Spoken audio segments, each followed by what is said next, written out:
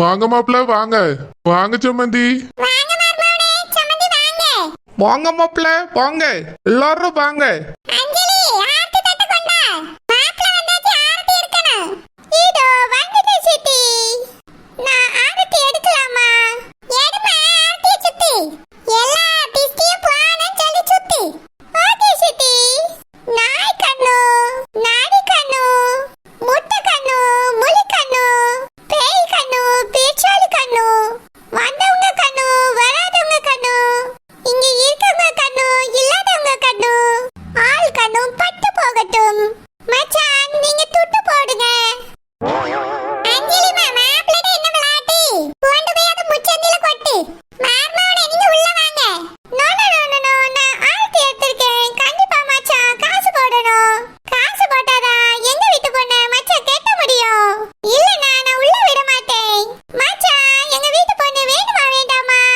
அது கண்டிப்பா வேணும்.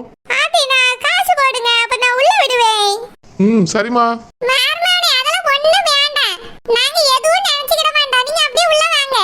இல்ல பரவாயில்ல இருக்கட்டும். இல்ல இல்ல என் தங்கச்சி தானே குழந்தையார் அவருக்கு. அது குழந்தையார் பாடு அவர் பாடு. கண்டிப்பா போட்டே ஆகணும். ஆமா எல்லாம் மறதானே. ஐயா 100 200 இருந்தா எடுத்து போடு. நோ நோ நோ நோ எவ்வளவு பெரிய நோட்டா விழுதோ அவ்வளவுக்கு எங்க அக்கா மேல மச்சானுக்கு பாசம் இருக்குன்னு அர்த்தம். மச்சான் உங்க குழந்தையாருக்காக நல்ல பெரிய நோட்டா போடுங்க. ஏங்க பாருங்க எப்படி கேட்டுட்டு கிடக்கானே. அது குழந்தையார் கேட்கதான் செய்வா. மாப்பிள்ள செஞ்சுதானே ஆகணும். அவ கல்யாணத்துக்கு அவர் தானே செய்யணும். ஆரத்தி எடுத்தா கண்டிப்பா காசு போடணும். ஆமா ஆமா காசு போடணும். மச்சான் போடுங்க. எங்க அக்கா மேல உங்களுக்கு எவ்வளவு பாசம் இருக்குன்னு நான் பார்க்கணும். சரிம்மா இந்தா. வாவ் எங்க அக்கா மேல உங்களுக்கு இவ்வளவு பாசமா? என்னால நம்பவே முடியல மச்சான். ரொம்ப தேங்க்ஸ். நான் இத கொண்டு போய் முற்றத்துல ஊத்திட்டு வரேன். எல்லாரும் உள்ள போங்க. மாப்பிள்ள வாங்க உள்ள போவோம். சம்மந்தி எல்லாரும் வாங்க. சரிண்ணே. ஏங்க சூரிய போன் அடிச்சான். என்ன சொன்னா மஞ்சு?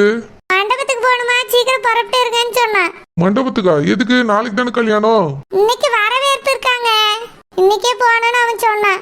அப்படியா? சரி சரி சீக்கிரமா கிளம்பு. போயிட்டு வந்துருவோம். ஏற்கனவே ஒரு தடவை இப்படிதான் கல்யாணத்துக்கு போயிட்டு பாதிலே வந்துட்டோம். அவங்களும் வேற வருத்தத்துல இருப்பாங்க. அதனால இன்னைக்கும் போயிட்டு நாளைக்கு கல்யாணத்துக்கு போயிட்டு வந்துருவோம். எனக்கு எங்கேயும் வரதுக்கு இஷ்டம் இல்ல. நீங்களும் அவனும் பைக்ல போங்க. ஏன் என்னாச்சு மஞ்சு? நம்ம இந்த ஊருக்கு வந்து அவிய வீட்ல இதோட 3வது கல்யாணம். உங்களுக்கு ஞாபகம் இருக்கா? அப்படியா? என்ன அப்படியான்னு கேக்குறிய? முதல்ல அவிய 3வது மகனுக்கு கல்யாணம் நடத்தினாவ. அப்புறம் கடைசி மகனுக்கு கல்யாணம். இதோ இப்பயும் அவிய சொந்தக்கார பிள்ளைக்கு தானே கல்யாணம். ஆமா மஞ்சு. அதுக்கு என்ன? அதுக்கு என்னையா? நம்ம இந்த ஊருக்கு வந்து அவிய 3 கல்யாணத்தை நடத்திட்டாவ. 2 தாமா நடத்திருக்காங்க. இது 3வது. சரி 3வது கல்யாணத்தை நடத்த போறாவ. நம்மளுக்கு இருக்கிறது ஒரே ஒரு மகன். அவன் கல்யாணத்தை நம்மளால நடத்த முடியலையே. அதை நினைக்கும் போது எனக்கு வேதனையா இருக்கு. இப்படி இருக்கும்போது எப்படி அந்த கல்யாணத்துல வந்து என்னால சந்தோஷமா நிக்க முடியும்? அந்த பொண்ணு மாப்பிள்ளைய பார்த்து வேதனை பண்றதுக்கா?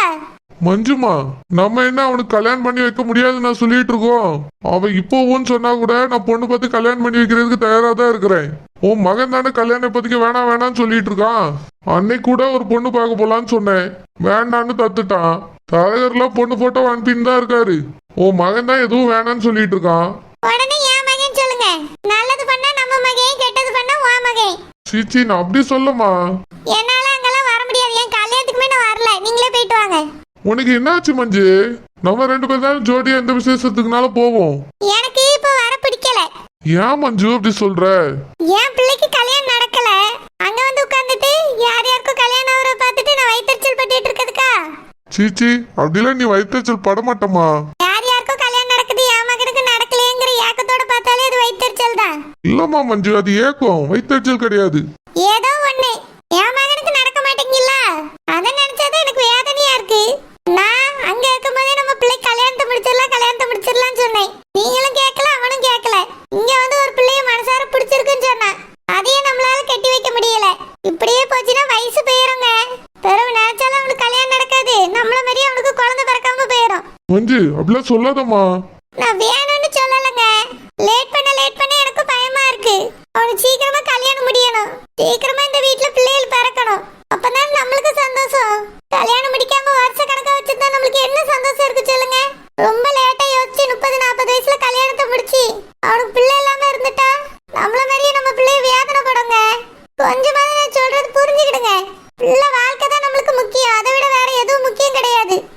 தான் மஞ்சு, எனக்கும் அது புரியுது. அவன் தான் கல்யாணத்துக்கு ஒத்துக்க மாட்டானே, என்ன பண்ண சொல்ற? அவன் தான் பிடிச்ச பிள்ளையனா கட்டிக்கிட தயாரா இருக்கேன்னு சொல்லியல்ல. மஞ்சு, கோவத்தை உண்டாக்காத. நானே இப்பதான் இந்த விஷயத்துல மறந்துட்டு கொஞ்சம் ரிலாக்ஸா இருக்கேன். தேவையில்லாம நீ டென்ஷன் பண்ண விடாத மஞ்சு. இங்க பாருங்க, நான் அவனை டென்ஷன்லாம் பண்ணி விடல. உள்ளதான் சொல்லியே. இவன் தான் எந்த பிள்ளைய நான் கட்டிக்கிட மாட்டேன்னு சொல்லிட்டான்ல. அந்த பிள்ளைய மட்டும் தான் அவனுக்கு பிடிச்சிருக்குன்னு சொல்லியா. பிறவே நீங்க பழசையே நினைச்சுக்கிட்டு இருந்தா அவன் வாழ்க்கை போயிடும். இப்போ உங்களுக்கு கஷ்டம் தெரியாது. அவனுக்கு 25 வயசு தான் ஆகுது. என்ன ஒரு 10-15 வருஷம் கழிச்சாதான் உங்களுக்கு தெரியும் நம்ம பெரிய தப்பு பண்ணிட்டோமேனு. அப்படிலாம் ஒண்ணும் நடக்காது மஞ்சு. அவன் கல்யாணமே வேண்டாம்னு சொல்லியாங்க. அதுக்கு போய் நீ என்ன பண்ண சொல்ற? என் எதிரி இருக்கானே, அவன் காலில் போய் விழுந்து உன் பொண்ணை கட்டித்தான்னு கேட்க சொல்றியோ? அதெல்லாம் கனவுல கூட நடக்காது. எனக்கு அவனை பார்த்தாலே பத்திக்கிட்டு எரியுது. நான் பட்ட கஷ்டம் வேதனை இழந்தது மட்டும்தான் என் நினைவுக்கு வருது. அவனை பத்தி பேசாத மஞ்சு. ஏங்க, பிள்ளை வாழ்க்கைக்காக நீங்க கொஞ்சம் மாறக்கூடாதா? மஞ்சுமா, மாத்த எது வேணாலும் மாத்திக்க சொல்லு. என்னால இந்த விஷயத்த மட்டும் மாத்திக்க முடியாது. அப்போ அவ வாழ்க்கை எக்கேடு கெட்டு போனாலும் உங்களுக்கு கவலை இல்ல. 40-50 வயசுல இப்படி தனி மரமா உட்கார்ந்துருந்தாலும் உங்களுக்கு கவலை இல்ல. நம்ம இன்னும் கொஞ்சம் வருஷத்துல போய் சேர்ந்துருவோம். அவன் வாழ்க்கையில இப்படியே ஒத்தையிலே இருக்கணுமா? கொஞ்சம் யோசிச்சு பாருங்க, நம்மளுக்கு வயசு என்ன ஆகுது? நம்ம காலத்துக்கு பிறகு அவனை பாத்துக்கிடிய மாதிரி ஒரு பிள்ளைட்ட அவனை ஒப்படைக்காண்டாமா? அப்போ நல்ல பொண்ணா பாப்போம் மஞ்சு. அந்த வீட்டு பொண்ணு வேணாம். அவனே சரி கிடையாது. அவன் பொண்ணு எப்படி இருக்கும்? நல்ல பொண்ணு தாங்க. நம்ம பிள்ளை தப்பா செலக்ட் பண்ண மாட்டான். நம்ம குடும்பத்துக்கு சரி வருமான்னு பார்த்து பார்த்து யோசிச்சு தான் செலக்ட் பண்ணிருப்பான். ஏன் நம்ம ஓனர் அம்மாவே சொல்லி அவ நல்ல பிள்ளைன்னு. நானும் பார்த்திருக்கேன், நல்ல பிள்ளை தான் அவ. நீங்க ஏங்க தப்பா யோசிக்கிறீங்க? அவிய அப்பா எப்படி வேணாலும் இருந்துட்டு போட்டோம். நம்ம பிள்ளைக்காக நீங்க கொஞ்சம் மனசு மாறுங்க. கல்யாணத்தை முடிச்சிட்டு அவங்க அப்பா என்ன வயாமிங்க வந்துட்டு போயிட்டா இருக்க போறாவ. பாரு மஞ்சு, இத பத்தி என்கிட்ட பேசாத. நான் உன்கிட்ட பல தடவை சொல்லிட்டேன். சும்மா பேசி பேசி டென்ஷன் பண்ணாத. முடிஞ்சா கிளம்பு, இல்லைன்னா வீட்லயே இரு. நானும் வீட்லயே இருக்கேன். நீ வந்தா நாளைக்கு கல்யாணத்துக்கு போவோம், இல்லைன்னா வேணாம். ஏங்க? வேண்டாம், இதோட விடு. சேலை கட்டி விட்டுட்டு அவிய பாட்டுக்கு போயிட்டாவ. யாருமே இல்ல. எனக்கு வேற போர் அடிக்குது. போர் அடிச்சாலே வீட்டுல என்ன இருக்கோ எடுத்து வச்சு சாப்பிட்டுருவேன். எதுவும் இல்லைன்னா பச்சை பச்சையா காய்கறி இருந்தா கூட வெட்டி வெட்டி சாப்பிட்டுருவேன். இங்க மண்டபத்துல பொண்ணு ரூம் விட்டு வெளியே வரக்கூடாதுன்னு சொல்லிட்டு போயிட்டாவளே. இப்ப என்ன செய்ய? எனக்கு வேற லைட்டா பசிக்கிற மாதிரி இருக்கு. ஏதாவது சாப்பிடணும் போல தோணுதே. மண்டபத்துல இன்னைக்கு என்ன செஞ்சிருப்பாவ? ஒரு வாசனையும் வரையில. ஓஹோ, பந்தி நடக்கிற இடத்துக்கு போனாதான் வாசனை வருமோ? பேசாம ஒரு முட்டாங்க போட்டுட்டு அங்கேயாவது போய் உட்காந்து சாப்பிட்டு இருக்கலாம். இல்லைன்னா மெதுவா ரெடி பண்ணுங்கன்னு சொல்லிட்டாவது சாப்பிட்டுட்டு வந்திருக்கலாம். இப்ப வேற பசி வேற எடுக்கு. யாரையாவது எடுத்துட்டு வர சொல்லலாம்னா ஒருத்தரையும் காணுமே. பேசாம நம்மளே போயிட வேண்டியதான். ஹே ஷில்பா, நல்ல வேளை அஞ்சலி, நீயாவது வந்தியே. ரொம்ப பசிக்கு அஞ்சலி. வாரியா பந்தி நடக்கிற இடத்துல போய் சாப்பிடுவோம். ஏனிடா, வரவேற்பு ஸ்டார்ட் ஆகும். அதுக்கப்புறம் தான் பந்தி வைக்க ஸ்டார்ட் பண்ணுவாங்க. உன்னைய முதல்ல ஸ்டேஜுக்கு கூட்டிட்டு வர சொன்னாங்க. அதுக்காக தான் நானே வந்திருக்கேன். வா போலாம். மேடைக்கா? எஸ், மேடைக்கு தான். நீ தான பொண்ணு. நீ தான் அந்த மேடையில நிக்கணுமா? நான் நின்னா ஏத்துக்கிட மாட்டாங்க. அட போ அஞ்சலி, நீ வேற. எனக்கு பசி எடுக்கு அஞ்சலி.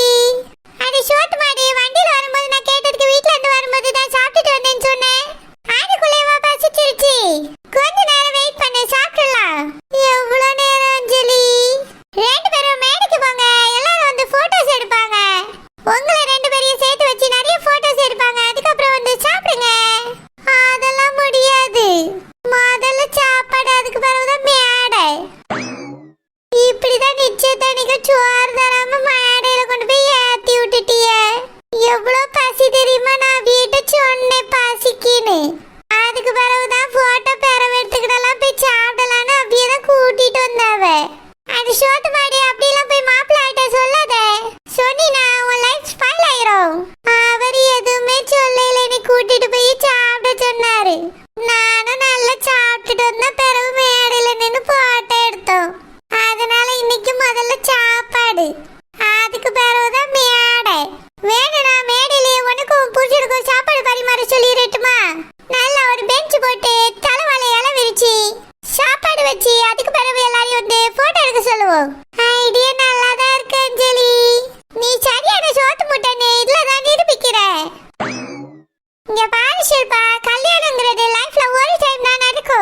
ஷோ அதனால இன்னைக்கு நீ ஷோத்தை நினைக்கவே கூடாது, உன் புருஷனை மட்டும் தான் நினைக்கணும். புருஷனை நினைச்சா மட்டும் பசிக்காம இருக்குமா? என்ன எங்களுக்கு கல்யாணமே ஆகல. அடிச்சில்பா விடிஞ்சா உனக்கு புருஷனுக்கு கல்யாணம் தான். அதுக்கு பிறகு உன் புருஷன் தான், அதை யாராலையும் மாத்த முடியாது.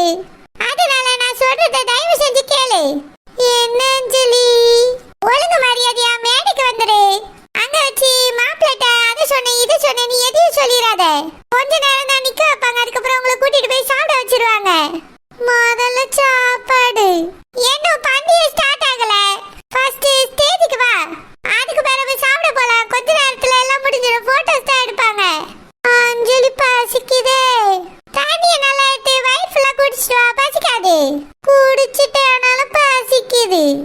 ஓ மை காட், உன் கூட என்னால போராட முடியல. மச்சான் எவ்வளவு நல்லவரு தெரியுமா? மச்சான யாரு? அதான் லூசு, உன்னைய கட்டிக்க போறவரதா அப்படி சொன்னேன். அவர் எனக்கு மச்சான் தானே, நான் தான் அவருக்கு ஆரத்தி எடுத்தேன். எனக்கு தட்டுல 3000 ரூபாய் போட்டிருக்காரு. என்னது 3000மா? எஸ், ஆரத்தி தட்டுல எனக்கு 3000 ரூபாய் போட்டிருக்காங்க மச்சான். அவரு மச்சான் இல்லை, தேவ மச்சான். அஞ்சலி, இந்த 3000 ரூபாய்க்கு அழகா அந்த ஹோட்டல்ல போய் பிடிச்சதெல்லாம் சாப்பிடலாம்.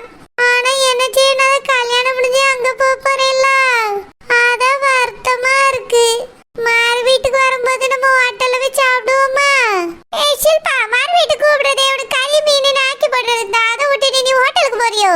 சரி அஞ்சலி, அப்போ யாருக்கும் தெரியாம நாளைக்கே போயிருவோமா? உன்னையெல்லாம் திருத்தவே முடியாது. நான் இந்த பணத்தை ஹோட்டலுக்கு செலவு பண்ண போறது இல்ல. நான் மேக்கப் ப்ராடக்ட்ஸ்லாம் வாங்கணும், நான் ஒரு பியூட்டி ஆகணும். அப்ப நான் சீக்கிரமா எனக்கு சினிமால சான்ஸ் கிடைக்கும். அப்போ சாப்பாடு நீ உன் புருஷன் வீட்ல போய் சாப்பிட்டுக்கோ, இந்த காசுல தர முடியாது. வா ஸ்டேஜுக்கு போல, டைம் ஆச்சு. அஞ்சலி, உனக்கு தயவு செஞ்சு சொல்றேன், உன் புருஷன் இப்படி எல்லாம் சொல்லிட்டே நிக்காத, அவரு டென்ஷன் ஆயிடுவாரு. கமான் கமான், என்கிட்ட சொல்லி விட்டு ரொம்ப டைம் ஆயிடுச்சு, யாராவது தேடி வந்துட போறாங்க. வா ஸ்டேஜுக்கு போலாம், அங்க போய் பேசிக்கிடலாம். சரி அஞ்சலி. துர்கா, நாளைக்கு உங்க வீட்டு கல்யாணத்துக்கு நீ வரியா? இல்ல ஐஷு. ஏய், உங்க வீட்டுக்கு அவங்க பத்திரிக்கை கொடுத்துருக்காங்கன்னு சொன்னல. ஆமா ஐஷு, கொடுத்துருக்காங்க. அப்புறம் ஏண்டி நீயும் வா, நானும் வரேன், எல்லாரும் போயிட்டு வருவோம். இல்ல ஐஷு, அம்மா கூட்டிட்டு போக மாட்டாங்க. துர்கா, எக்ஸாம் வேற முடிஞ்சிட்டு உன் ஆள்கிட்ட நீ பேசவே இல்லை. கண்டிப்பா இந்த கல்யாணத்துக்கு உன் ஆள் வருவாரு, அங்க வச்சு நீங்க 2 பேரும் பேசிக்கலாம். இல்ல, அங்க எல்லாரும் இருப்பாங்கல்ல.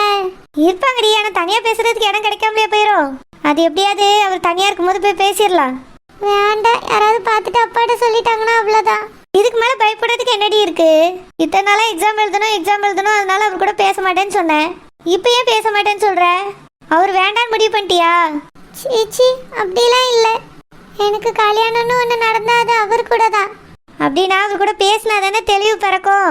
அவரும் உன்னால கன்ஃபியூஷன்ல இருப்பாரு, நீ இத்தனை நாளா பேசாததுனால. அதனால கண்டிப்பா நீ கல்யாணத்துக்கு வா. முடியாத ஐஷு, அம்மா கூட்டிட்டு வர மாட்டாங்க. அப்பா வேற சத்தம் போட்டாங்க, இந்த கல்யாணத்துக்கு யாரும் நம்ம வீட்ல இருந்து போக கூடாதுன்னு சொல்லி. அம்மாவே போவாங்களான்னு தெரியல. வீடு தேடி வந்து பத்திரிக்கை தந்திருக்காங்க, அது எப்படி உங்க அம்மா போகாம இருப்பாங்க? அதெல்லாம் கண்டிப்பா போவாங்க. தெரியல ஐஷு. சப்போஸ் உங்க அம்மா நாளைக்கு காலையில கிளம்புனாங்கன்னு வச்சுக்க, நீயும் நான் வரேன்னு சொல்லி அடம் பிடிச்சிரு. திட்டுவாங்க ஐஷு. ஏய், வீட்டுக்குள்ளே இருக்கிறதுக்கு போர் அடிக்குது, எங்கேயாவது கூட்டிட்டு போங்கன்னு சொல்லுடி. நீ எதுக்கு அப்பா அம்மாவை பத்தி இவ்வளவு பயப்படுற? இந்த சின்ன விஷயம் கூட உங்க வீட்டுல உனக்காக பண்ண மாட்டாங்களா? பண்ணுவாங்க ஐஷு, அவங்களே நீ கூட்டிட்டு போவாங்க. ஆனா இப்ப சுச்சுவேஷன் சரியில்லைல்ல. என்னடி சுச்சுவேஷன் வந்துருச்சு? அப்பா எங்கேயும் போக கூடாதுன்னு சொல்லியிருக்காங்க ஐஷு. நீ இருக்கியே, நீ என்ன சொல்றதுன்னு தெரியல. அப்பா அன்னைக்கு கோவத்துல சொல்லியிருப்பாங்க, அத அவங்களே மறந்துருப்பாங்க. நீ எதுக்கடி ஞாபகம் வச்சுட்டே இருக்க? ஒழுங்கா கல்யாணத்துக்கு வா, அப்பதான் சூரியனை பார்க்க முடியும். சரி சூர்யா. எனக்கும் அவரை பார்க்க ஆசையா தான் இருக்கு ஐஷு. உன் மனசுல ஆசை இருக்குன்னு எனக்கும் தெரியும்டி, அதுக்காக தான் இந்த ஐடியாவை கொடுக்குறேன். நீ நாளைக்கு உங்க அம்மா கல்யாணத்துக்கு புறப்பட்டாங்கன்னா நானும் வரேன்னு சொல்லு. நீ போனா எங்க அம்மாவும் என்னை விடுவாங்க, நானும் ரெடி ஆயிட்டு நாளைக்கு காலையில வந்துடுறேன். உங்க அம்மா கிளம்புறதுக்குள்ள நீயும் குளிச்சு காலையிலே ரெடி ஆயிரு. நம்ம மண்டபத்துக்கு போய் அவரை பார்த்து பேசுவோம். சரி ஐஷு, நான் பயமா இருக்கேன். பயப்படாம ஆண்டிகிட்ட கேள்றி, அவங்க எதுவுமே சொல்ல மாட்டாங்க. அப்படியே ஏதாவது சொன்னாங்கன்னா சரி நான் வரல அப்படின்னு சொல்லிட்டு நீ பாட்டுக்கு ரூம்குள்ள வந்துரு. சரி ஐஷு.